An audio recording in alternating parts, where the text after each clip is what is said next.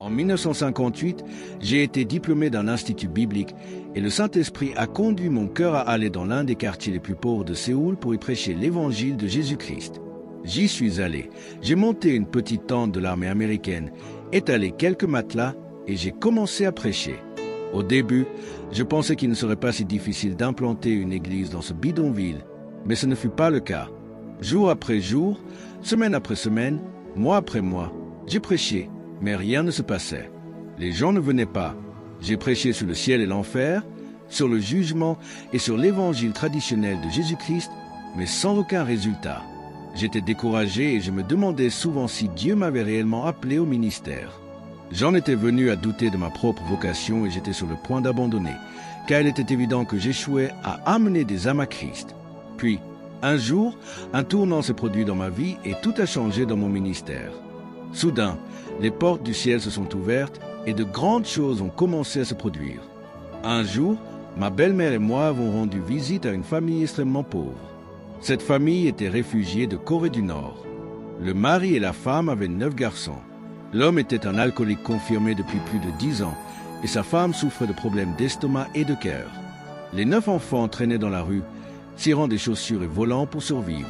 Ils étaient littéralement une famille de mendiants. Lorsque nous avons frappé à la porte, la femme nous a ouvert et nous a demandé qui nous étions.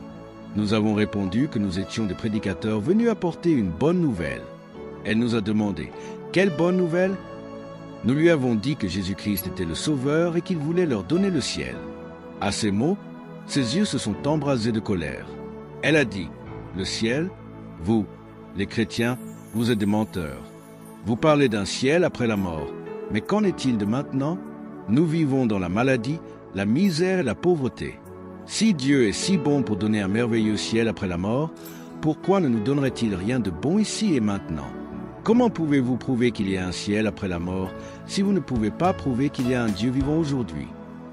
Elle me prêchait et ses paroles m'ont profondément convaincu. J'ai essayé de lui parler de l'enfer, en lui disant que sans Jésus, elle irait en enfer. Elle a ri et m'a répondu « L'enfer ? Regardez ma maison. Nous vivons déjà en enfer. Comment un enfer pourrait-il être pire que celui que nous subissons en ce moment ?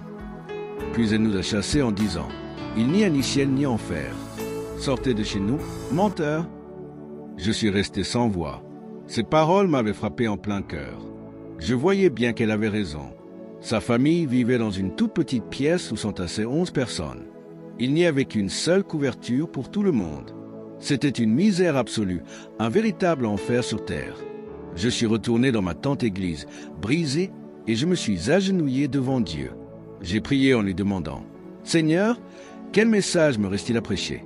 Ces gens sont affamés, malades, sans espoir. Je veux leur apporter le ciel, mais ils ne veulent pas entendre parler du ciel et ne craignent même pas l'enfer. Que puis-je leur dire ?» Alors que je priais, le Saint-Esprit a parlé à mon cœur. Pourquoi ne recommences-tu pas à lire les 4 évangiles sous un jour nouveau ? Pas de manière théologique, mais en les vivant réellement. Alors, j'ai recommencé à lire Matthieu, Marc, Luc et Jean avec une nouvelle détermination, cherchant à comprendre le ministère de Jésus-Christ. Et là, j'ai fait une découverte étonnante. Jésus ne parlait pas seulement du ciel ou de Dieu, il les apportait. Moi, je parlais de Dieu et du ciel, mais je ne leur donnais ni Dieu ni le ciel. Ces gens vivaient dans un besoin terrible, et pourtant, je ne répondais pas à leurs besoins. Je me contentais de parler d'un Dieu au-dessus des nuages. Mais Jésus, partout où il allait, pardonnait les péchés et donnait la paix, la joie et la gloire. Il guérissait les malades, délivrait les opprimés du pouvoir de Satan, nourrissait les affamés, ressuscitait les morts. Il comblait leurs besoins les plus urgents, puis prêchait le royaume de Dieu. Et qui refuserait un royaume de Dieu déjà manifesté dans sa vie ? Jésus était incroyablement concret et pratique. Il ne parlait pas seulement de théorie, il mettait en pratique ce qu'il prêchait. Alors, je me suis demandé, Jésus, puis-je faire la même chose ? J'ai parlé d'un Dieu qui vit à des millions de kilomètres d'ici. J'ai parlé du ciel, mais moi-même, je n'en étais pas certain dans mon propre cœur. Comment puis-je amener ces gens à croire ? Puis-je parler comme toi ? Puis-je faire ce que tu fais ? Je priais sincèrement et avec ferveur. À cette époque, je priais 5 heures par jour. Je me levais à 4h30 du matin, j'allais à l'église et je priais. Après le petit déjeuner, je priais encore pendant 5 heures. Je n'avais pas grand-chose d'autre à faire, car je n'avais ni fidèle à visiter ni conseil à donner.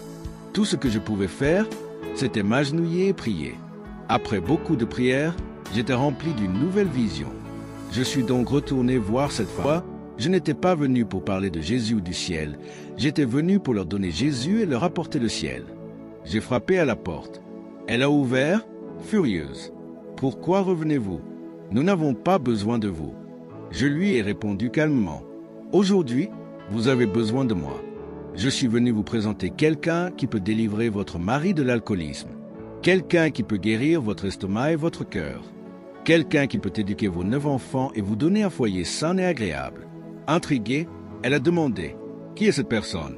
J'ai répondu « Jésus-Christ. » Elle m'a regardé, sceptique. « Il est vivant en ce moment ?»« Oui, il est vivant. »« Où est-il ?»« Suivez-moi. » À ma grande surprise, elle s'est levée, a pris sa sandale et m'a suivi. J'ai pensé « Merveilleux !» La dernière fois, quand je lui parlais du ciel et de l'enfer, elle était en colère. Mais cette fois, quand je lui ai parlé de quelqu'un qui pouvait répondre à ses besoins, elle m'a suivi. J'ai compris que je devais répondre aux besoins des gens au lieu de leur enseigner seulement des doctrines. Nous avons traversé les rizières et les collines jusqu'à mon église. Lorsqu'elle l'a vue, elle m'a demandé « Où est votre église ?» J'ai désigné une vieille tente délabrée avec une croix que j'avais fabriquée moi-même. Elle a soulevé le PAN de la tente, regardé à l'intérieur et s'est mise à rire. « Monsieur, vous n'êtes pas mieux loti que moi. » J'ai souri. « Vous avez raison, je ne suis pas mieux loti que vous. Mais vous avez besoin de Jésus, et moi aussi. Lui seul peut répondre à nos besoins. Il est un Dieu vivant, le même hier, aujourd'hui et pour toujours. Il n'est pas une religion ni un philosophe. Il est celui qui comble nos besoins. » Elle a hoché la tête et j'ai saisi l'occasion. « Pourquoi ne viendriez-vous pas prier avec moi dès demain matin? Nous chercherons sa face ensemble et il répondra à nos besoins. » Puis je lui parlais d'un Jésus qui répond aux besoins. Elle a commencé à venir à l'église. Pendant 3 mois, nous avons prié pour que son mari soit délivré de l'alcoolisme. Et Jésus a exaucé notre prière. Il a été complètement libéré. Depuis ce jour, il n'a plus jamais touché une goutte d'alcool. Il a été sauvé et transformé. Ensuite, il a trouvé un emploi et a commencé à ramener du riz à la maison. Il a pu nourrir sa famille. Grâce à un prêt du gouvernement, ils ont acheté une petite maison et l'ont rénovée. Avec le temps, Dieu les a bénis encore davantage. Ils ont pu envoyer tous leurs enfants à l'école. Jésus a prouvé qu'il répondait vraiment aux besoins des gens. J'étais profondément encouragé. Lorsque j'essayais d'enseigner des doctrines et de la théologie, personne ne m'écoutait, personne ne venait. Mais quand j'ai commencé à présenter Jésus comme celui qui répond aux besoins quotidiens, les gens sont venus. J'ai alors prié ardemment et étudié la Bible avec un regard nouveau. J'ai compris clairement que c'est la volonté de Dieu de sauver la personne tout entière. Par-dessus tout, j'ai commencé à prêcher avec insistance sur la guérison divine. Ces gens vivaient dans des conditions insalubres, souffraient de nombreuses maladies, tuberculose, cancer, arthrite, toutes sortes de maladies. Les enfants mouraient en raison du manque d'hygiène. Alors, j'ai proclamé avec puissance la guérison divine. Mais je n'avais aucune vision du Seigneur sur le don de guérison. J'ai prié ardemment. « Seigneur, je veux entendre ta voix me dire que tu me donnes le don de guérison. » Mais rien ne se passait. Je cherchais à avoir des rêves, mais je ne rêvais de rien. Je voulais voir des visions, mais je ne voyais que des taches lumineuses. Tout ce que j'avais, c'était la parole de Dieu qui disait que Jésus-Christ avait porté nos infirmités et nos maladies. Un jour, après un jeûne et une prière intense, j'ai pris une décision. Que je vive ou que je meure, que je coule ou que je surnage, je vais mettre en pratique ce que je crois. Je vais donner Jésus le guérisseur aux gens, au lieu de simplement parler de la guérison qui a eu lieu il y a 2000 ans. À cette époque, j'avais très peu de fidèles. Alors, un dimanche, j'ai annoncé publiquement. À partir de ce soir, nous allons avoir un ministère de guérison. Les sourds vont entendre, les aveugles vont voir, les boiteux vont se lever, des miracles extraordinaires vont se produire. Pendant que je parlais ainsi, j'étais en train de trembler intérieurement, car moi-même, je n'avais jamais vu de miracle de ce genre dans ma vie. J'annonçais cela uniquement sur la base de la Bible. Cet après-midi-là, je me suis retiré pour prier. « Seigneur, j'ai annoncé cela avec audace, mais maintenant je tremble. » Je n'ai jamais vu ces choses arriver de mes propres yeux. Si tu ne fais rien ce soir, mon ministère sera terminé et je serai pris pour un menteur. Seigneur, interviens. » Alors que l'heure du service du soir approchait, je regrettais profondément d'avoir fait une telle annonce. Je me disais, j'aurais pu mener un ministère paisible avec quelques chrétiens fidèles au lieu de me mettre dans une telle tourmente intérieure. Mais quand je suis sorti sous la tente de l'église, j'ai été stupéfait. L'endroit était bondé de monde. C'était un véritable miracle en soi. J'avais dit que Jésus répondrait aux besoins des gens. Ils étaient venus en masse parce qu'ils étaient dans une grande détresse et cherchaient de l'aide. J'ai donc prêché avec audace sur Jésus, le guérisseur. Après mon sermon, j'ai déclaré, « Puisque j'ai annoncé la guérison ce matin, je sais que vous n'avez pas eu le temps d'amener des malades gravement atteints. Ce soir, je vais commencer par prier pour ceux qui ont un rhume, un mal de tête ou des douleurs légères. » Dans mon cœur, j'espérais que personne n'amènerait de cas trop difficiles. Mais soudain, au fond de la tente, un jeune homme a levé la main et a crié, « Pasteur, j'ai amené 2 jeunes filles sourdes et muettes de naissance. » À cet instant, mon cœur a sombré. « Seigneur, pourquoi me fais-tu cela? Comment vais-je gérer un cas aussi compliqué? » J'ai senti que c'était peut-être la fin de mon ministère avant même qu'il ne commence. Mais je ne pouvais pas laisser paraître ma peur. J'ai donc levé la main avec assurance et dit d'une voix forte, « Amenez-les !» Toute la foule me regardait. 2 jeunes filles sont montées sur l'estrade, l'une grande et maigre, l'autre plus petite et potelée. Elles semblaient perdues, ne comprenant pas pourquoi elles étaient là. Je me suis dit, « Seigneur, montre-moi laquelle est le cas le plus facile. » Mais il n'y avait aucune révélation. J'aurais tant aimé avoir une vision ou une voix divine, mais rien ne venait. Alors, j'ai élaboré une logique bien humaine.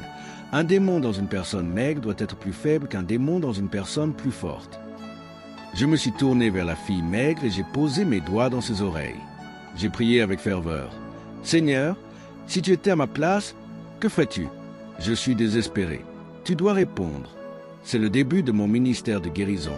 Et si j'échoue, tout est fini. » J'ai crié avec autorité. « Esprit de surdité et de mutisme, sors d'elle au nom de Jésus-Christ. » Mais j'étais tellement terrifié que je n'osais pas retirer mes doigts de ses oreilles. Alors, j'ai prié encore, puis encore commandé. Le silence de la foule était pesant. Tout le monde se demandait pourquoi je tardais autant. À un moment donné, j'ai fermé les yeux et pensé, « Seigneur, si tu pouvais revenir maintenant, cela nous éviterait tous bien des soucis. » Finalement, j'ai pris mon courage à 2 mains et j'ai retiré mes doigts. J'ai frappé des mains devant la fille. Et soudain, elle a ouvert grand les yeux et m'a regardé. Je lui ai dit, « Dis, maman, point ?» Elle a hoché la tête et balbutié. « Maman, dis papa. Papa. » Tout d'un coup, j'ai réalisé qu'elle était guérie. Un cri de louange est sorti de ma bouche et je me suis mis à sauter sur l'estrade. Je me suis tourné vers la foule et j'ai crié, « Que tous ceux qui sont malades viennent maintenant. » Rempli d'assurance, j'ai imposé les mains sur les malades et j'ai commandé aux maladies de partir. Ce soir-là, de nombreux miracles se sont produits et la nouvelle s'est répandue partout en ville. Christ guérit dans cette tente. Dès le lendemain, la tente était remplie de malades en quête de guérison. La Corée, à cette époque, était une nation profondément bouddhiste et confucianiste. Chaque foyer possédait un autel pour le culte des ancêtres.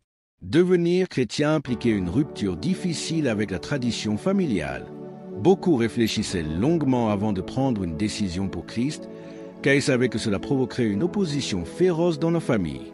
Mais lorsqu'ils faisaient l'expérience de la puissance de Jésus et de son amour, ils trouvaient le courage de faire face à cette opposition. Une nuit, alors que je priais dehors à minuit, un garçon d'environ 12 ans, un mendiant infirme, a rampé jusqu'à moi et a tiré sur mon manteau. « Es-tu le pasteur ?»« Oui, lui ai-je répondu. Je suis un mendiant. Je mendie à la gare.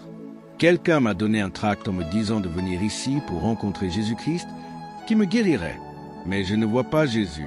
Toi, tu es son représentant, alors prie pour moi. » Je me suis accroupi et j'ai examiné ses jambes.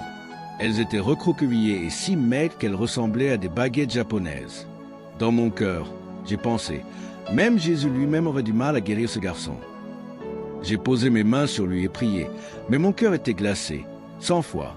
Alors je lui ai dit, « Attends ici, j'ai besoin d'aller chercher plus de foi auprès du Seigneur. » Alors, je suis allé à l'avant et j'ai commencé à prier. Seigneur, pourquoi m'envoies-tu toujours des cas aussi difficiles? Je ne suis pas un robot, je ne peux pas gérer ce genre de situation. Et si tu ne me donnes pas la foi, je ne pourrai rien faire. J'ai prié et prié, puis je suis retourné vers le garçon et j'ai dit, « Laisse-moi voir. » J'ai posé ma main sur sa jambe pour prier, mais un frisson glacé a envahi mon cœur. Quand j'ai ouvert les yeux et vu sa jambe, je n'arrivais pas à y croire. Je ne pouvais même pas prier. Alors, j'ai dit, « Non, j'ai besoin de plus de foi. Attends ici. » Je suis reparti et j'ai prié, encore et encore. J'ai crié à Dieu, pleurant de tout mon cœur. Puis, quelque chose d'étrange s'est produit. Un puissant mouvement du Saint-Esprit est descendu sur moi. Je sentais ma foi grandir, se renforcer. Finalement, Dieu m'a donné une foi surnaturelle. Ce n'était pas la mienne, car j'étais rempli de doutes. Mais sous l'onction du Saint-Esprit, ma foi a atteint un tel niveau que j'avais l'impression que je pourrais déplacer la terre entière. Je suis retourné vers le garçon et j'ai dit, « Maintenant, j'ai reçu la foi du Seigneur. » Quelques jeunes de mon église qui priaient avec moi sont venus m'aider. Je leur ai dit, « Tenez-lui les épaules. » Au lieu de prier, j'ai posé ma main sur son genou et, avec toute ma force, j'ai appuyé en déclarant, « Au nom de Jésus-Christ, sois guéri. » Un bruit sec a retenti, l'os avait craqué. Le garçon s'est exclamé, « Maman, ce prédicateur est en train de me tuer. Il me tue. » Mais à ce moment-là, je ressentais une foi si puissante que je croyais pouvoir replacer son genou comme il fallait par la puissance du nom de Jésus. Attention, ne faites jamais cela, c'est très dangereux. À cet instant précis, je ne pensais plus comme un homme ordinaire. Je voyais les choses d'une manière surnaturelle. Alors, j'ai pressé son genou avec toute ma force. Encore un craquement. Quand j'ai levé les yeux, la jambe du garçon pendait mollement. J'ai fermé les yeux et j'ai crié, « Au nom de Jésus-Christ, marche !» Puis, j'ai poussé le garçon en avant et j'ai prié, « Seigneur, c'est entre tes mains maintenant. Je ne sais plus quoi faire. » Je n'osais même pas rouvrir les yeux, tant j'avais peur. Mais soudain, des cris de joie ont retenti autour de moi. Les jeunes priaient, pleuraient et louaient Dieu. J'ai ouvert les yeux. Le garçon courait tout autour de la tente. Il courait et courait encore. Le lendemain, il traversait toute la ville en montrant sa jambe guérie à tout le monde. Et les foules ont afflué à l'église. C'est ainsi que j'ai découvert un secret puissant. Vous pouvez transformer une société en répondant à ses besoins. Mais cela ne se fait pas n'importe comment. Il faut prier, être rempli du Saint-Esprit. Je prie chaque jour pendant plus de 5 heures. Je prie en langue connue et en langue spirituelle pendant des heures et des heures jusqu'à être complètement immergé dans la présence de Dieu. Quand je ne prie pas, la parole de Dieu reste des lettres écrites dans la Bible. Mais quand je prie, après 5 heures ou plus, la parole saute hors des pages et prend vie dans mon quotidien. Dans cette région pionnière où j'ai exercé mon ministère pendant 3 ans, j'ai prêché un Jésus vivant qui répond aux besoins quotidiens des gens.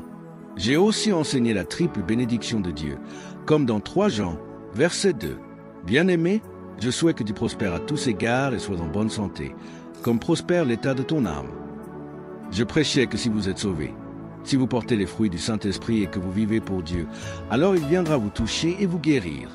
Beaucoup de personnes ont été guéries. Bien sûr, certains ne l'ont pas été. Il y a des choses que nous ne pouvons pas expliquer. Mais nous ne sommes pas appelés à nous focaliser sur ceux qui ne sont pas guéris. Nous devons proclamer ce que Dieu a fait. Nous ne sommes pas Dieu. Nous avons encore beaucoup de limites. Mais Dieu, lui, est sans limite. Beaucoup de personnes ne reçoivent pas la guérison. Mais, d'après mon expérience, plus de gens sont guéris que non. Lorsque 10 personnes malades viennent, 7 d'entre elles sont complètement guéries et 3 ne le sont pas. Mais même ces 3-là, en voyant Dieu répondre aux besoins des autres, ne se plaignent pas. Ils acceptent Jésus parce qu'ils voient son œuvre. Dans cette région, les gens vivaient dans une pauvreté extrême. Leur esprit était rempli d'une conscience de pauvreté, d'une conscience de malédiction, d'une conscience d'échec. J'ai donc décidé de les libérer de ces mentalités, du sentiment d'être maudits, incapables, voués à l'impossibilité. J'ai prêché avec force la rédemption en Jésus-Christ. Vous, mes amis, Christ a été suspendu sur la croix, portant votre malédiction. Il avait une couronne d'épines sur la tête, des clous dans ses mains et ses pieds. Il a pris votre malédiction sur lui. C'est une réalité. Jésus a porté toute votre malédiction. Tant que vous vivez sous cette malédiction, Tout ce que vous entreprenez est frappé de stérilité. Mais dès que vous en êtes libéré et que la bénédiction de Dieu descend sur vous, tout ce que vous faites prospérera. Je leur enseignais aussi. Vous connaissez la grâce du Seigneur Jésus-Christ. Lui qui était riche est fait pauvre pour vous, afin que par sa pauvreté, vous soyez enrichis. 2 Corinthiens 8:9. Si vous êtes sous la bénédiction de Jésus-Christ, vous devez semer. Comment attendre une récolte sans semer de graines? Je leur donnais cet exemple. Imaginez un agriculteur béni par Dieu. Mais s'il reste assis sans aller dans son champ pour semer, il ne récoltera jamais rien. De même, après avoir accepté Jésus et reçu la rédemption dans votre esprit, commencez à travailler et à semer. Se libérer de la mentalité de pauvreté. Je leur disais, rejetez la mentalité de pauvreté. Remplacez la conscience d'échec par une conscience de réussite. Ne pensez plus en termes d'impossibilité, mais en termes de victoire. Chaque jour, je me rappelais cette vérité. Vous êtes bénis par Dieu. Vous êtes riches en Jésus-Christ. Vous êtes victorieux en Jésus-Christ. Vous êtes prospères en toutes choses. La Bible dit, Dieu peut faire infiniment au-delà de tout ce que nous demandons ou pensons. Éphésiens 3:20. Que vous demandiez ou pensiez, cela devient le récipient à travers lequel Dieu verse sa bénédiction. Mais si vous n'avez aucun récipient, la bénédiction sera gaspillée. Renouvelez son intelligence. Votre esprit est le temple du Saint-Esprit. Votre esprit est comme le Saint des Saints. Votre âme, vos pensées, est comme le lieu saint. Votre corps et votre vie quotidienne sont comme l'enceinte extérieure du temple. Le Saint-Esprit habite dans votre esprit. Mais si votre esprit est bloqué par des pensées négatives, le Saint-Esprit ne peut pas couler librement dans votre vie. Quand vous acceptez Jésus, votre esprit est immédiatement régénéré. Mais votre pensée, elle, doit être renouvelée. Pendant des années, votre mentalité a été contaminée par des pensées négatives. Elle doit être transformée par la parole de Dieu. L'importance de la méditation et de la confession. À cette époque, chaque jour, je renouvelais mon intelligence par la lecture et la méditation de la parole de Dieu, la prière intense, les confessions de foi positives.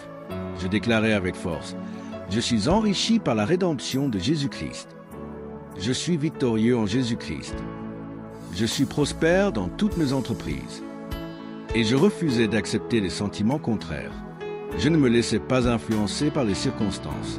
J'enseignais aux gens à ne pas se fier à leurs émotions, ni à leur situation immédiate. Je leur disais de se tenir fermement sur la grâce rédemptrice de Jésus-Christ. Quand les gens ont appris à rejeter la pauvreté et l'échec, ils ont commencé à agir avec foi. Ils ont commencé à travailler et à donner la dîme. Offrons des bénédictions. Les gens étaient tellement pauvres qu'ils n'avaient pas d'argent pour donner. Mais ils apportaient ce qu'ils avaient. Certains donnaient quelques choux. D'autres apportaient un œuf ou un poulet. D'autres encore donnaient un peu de riz. Je me retrouvais avec toutes sortes de choses à manger en tant que pasteur. Mais certains s'opposaient à ces pratiques et disaient « Ce pasteur est venu pour nous exploiter ». Je leur répondais « Non, ce n'est pas du tout cela. C'est le principe spirituel pour entrer dans le système de prospérité de Dieu. Vous êtes maintenant en Jésus-Christ, vous êtes sous sa bénédiction. » Et la suite de l'histoire montre que ceux qui ont appliqué ces principes ont vu leur vie se transformer radicalement. Alors, semez la semence et donnez la dîme. La dîme est la base. Mais au-delà de la dîme, vous entrez réellement dans l'abondance des bénédictions du système de Dieu. Les gens ont commencé à donner leur dîme, et au-delà de cela, ils ont apporté de l'argent pour la construction de l'église et d'autres œuvres. Et je vous le dis, en 3 ans, tout le bidonville a été transformé. Lorsque je suis retourné à l'endroit où j'avais fondé mon église, il n'y avait plus de bidonville du tout. Les gens avaient trouvé du travail, ils avaient créé des emplois, ils étaient devenus prospères et avaient construit des maisons. Des choses merveilleuses se sont produites en ces 3 années. Jésus-Christ, le même hier, aujourd'hui et éternellement, est un Dieu puissant. Pendant ces 3 années de mon ministère pionnier, j'ai découvert ma propre théologie pratique. Je l'appelle la théologie de l'espoir. J'ai pu bâtir une espérance solide dans le cœur des gens en prêchant Jésus, celui qui pourvoit à nos besoins quotidiens. Les gens sont dans le besoin, et leurs besoins se manifestent sous 3 formes: spirituel, physique et environnemental. Jésus-Christ, par son sang versé sur la croix, a répondu à tous ces besoins. Pourtant, beaucoup de chrétiens ne bénéficient pas de la plénitude des bénédictions de Jésus-Christ. Ils réclament les bénédictions spirituelles, mais ils ne réclament pas la guérison ni la prospérité. Certains me critiquent en disant que je prêche la prospérité. Mais je ne prêche pas la prospérité pour elle-même. Les gens ont besoin d'être prospères pour nourrir leurs enfants, pour les envoyer à l'école, pour soutenir l'Église et le ministère. La prospérité pour satisfaire sa propre chair serait de l'idolâtrie. Mais la prospérité qui permet d'aider sa famille et l'Église est une bénédiction merveilleuse. Dieu a prospéré notre Église de manière extraordinaire. Nous avons notre propre université où nous formons de jeunes étudiants avec la doctrine chrétienne. Nous avons la plus grande montagne de prière au monde que nous appelons la Cité de prière. Nous avons aussi la plus grande œuvre sociale d'Asie. Nous avons même notre propre journal quotidien qui diffuse l'évangile de Jésus-Christ avec un tirage de 500 000 exemplaires. Notre journal atteint les bureaux du président, des ministres, des riches comme des pauvres. Nous influençons toute la société parce que nous avons les ressources financières pour le faire. Dieu a besoin d'argent pour accomplir son œuvre et le fait en bénissant son peuple qui ensuite donne la dîme et les offrandes. Grâce à cela, nous avons plus de 600 missionnaires qui œuvrent dans le monde entier. Ils ont besoin de soutien financier. Nos missions en Afrique, en Afghanistan, en Inde et ailleurs nécessitent de l'argent. Nous devons leur fournir les fonds pour qu'ils poursuivent leur travail. De plus, grâce à notre ONG, nous sommes actifs en Irak et en Iran. Là où des tremblements de terre ont dévasté des pays, nous construisons des maisons, des hôpitaux et nous purifions l'eau potable. Tout cela est possible parce que Dieu nous a bénis. Aujourd'hui, lorsque je me rends dans mon église, chaque service accueille plus de 50 000 personnes. Je n'en crois pas mes yeux. Dieu envoie ses foules, encore et encore. Et tous ces gens sont bien habillés. Ils conduisent leur propre voiture. Pourtant, autrefois, ils vivaient dans la pauvreté extrême, survivant au jour le jour dans des conditions misérables. Mais je leur ai prêché Jésus, celui qui pourvoit à nos besoins de manière complète, spirituellement, physiquement et matériellement. Ils ont renouvelé leur intelligence, ils ont cru en Jésus, ils ont semé la semence, et Dieu les a bénis. Aujourd'hui, dans notre Église, il n'y a plus de personnes démunies. Dieu nous a bénis abondamment. Alors, je vous le dis, frères et sœurs, dans votre vie, mettez en pratique votre foi chrétienne en renouvelant d'abord votre intelligence. Dieu n'est pas à des millions de kilomètres de vous. Il est en vous. Vous êtes le temple du Saint-Esprit, et le Saint-Esprit est en vous maintenant. Il n'est pas seulement dans les lieux célestes. Il est présent en vous, ici et maintenant. Par le Saint-Esprit, Jésus-Christ et le Père Céleste sont avec vous. Un jour, alors que j'étais dans une église de campagne, la femme d'un fermier, une femme simple et illettrée, est venue me voir et m'a dit « Pasteur, j'étais bouddhiste et quand j'allais au temple bouddhiste, je voyais l'image de Bouddha sur l'autel, alors je pouvais m'adresser à lui. Mais ici, dans votre église, il n'y a rien. Je veux écrire une lettre à Jésus-Christ. Pouvez-vous me donner son adresse ?» À ces mots, un doute immense m'a envahi. Je me suis dit « Ma sœur, je ne connais pas l'adresse de Jésus-Christ. » Et elle a répondu « Comment ? Vous êtes serviteur du Seigneur et vous ne connaissez pas l'adresse de votre Seigneur? Êtes-vous un hypocrite ?» J'ai protesté. « Non, je ne suis pas un hypocrite. Mais la Bible dit que Dieu est en Jésus-Christ et que Jésus est au ciel. Pourtant, vous avez raison, je ne sais pas où se trouve exactement le ciel. La terre est ronde. Pour ceux qui vivent en haut, le ciel est là. Mais pour ceux qui sont en bas, le ciel est ailleurs. Alors, où est-il? À droite? À gauche? » Alors, j'ai dit à cette femme, « Donnez-moi une semaine et je vous trouverai l'adresse de Jésus-Christ. » Durant cette semaine, j'ai prié avec ferveur. « Seigneur, révèle-moi l'adresse de Jésus-Christ. » J'ai lu la Bible encore et enfin, j'ai trouvé l'adresse. Si vous voulez écrire à Jésus, prenez un papier et un stylo, notez bien son adresse. Elle est dans l'Évangile de Jean, chapitre 14, verset 20. En ce jour-là, vous connaîtrez que je suis en mon Père, que vous êtes en moi et que je suis en vous. Le dimanche suivant, la femme du fermier est revenue, prête à noter l'adresse. Je lui ai dit, « D'abord, écrivez votre propre adresse. » Elle l'a fait. Alors, je lui ai dit, « Voilà l'adresse de Jésus-Christ. » Elle s'est fâchée. « Vous vous moquez de moi ?» Mais je lui ai répondu, « Non, regardez ce que dit l'Écriture. Je suis en mon Père, vous êtes en moi, et moi en vous. Où que vous soyez, c'est l'adresse de Jésus-Christ. Et c'est la vérité. Maintenant, le Père, le Fils et le Saint-Esprit habitent en vous. Vous êtes le temple de Dieu. Le tabernacle du désert a disparu. Le temple de Salomon a été détruit. Et maintenant, Dieu n'a plus besoin d'un temple physique. Il vit en vous. Vous êtes une nation sainte et Dieu habite en vous. Par votre foi, votre prière et la confession de votre bouche, Dieu agit à travers vous pour répondre aux besoins des gens. Vous êtes essentiel à l'œuvre de Dieu. Ne vous séparez pas de lui. Beaucoup pensent, je suis ici, et Dieu est là-haut dans le ciel, loin de moi. Mais non, la Bible dit que nous sommes une nation sainte et que Dieu est notre roi. Il habite en nous par le Saint-Esprit. Dieu veut établir son royaume à travers vous. Vous avez autant besoin de Dieu que Dieu a besoin de vous. Vous et Dieu êtes unis dans l'Esprit Saint. C'est pourquoi le Saint-Esprit, qui habite dans votre esprit, doit circuler librement à travers votre intelligence et jusqu'à votre corps physique. Votre intelligence doit être renouvelée par la grâce rédemptrice de Jésus-Christ. Chaque jour, vous devez devenir une nouvelle créature en Christ. Ne pensez plus selon l'ancien monde, mais selon la rédemption. Voyez comment Jésus vous a fait passer du royaume des ténèbres à celui de Dieu.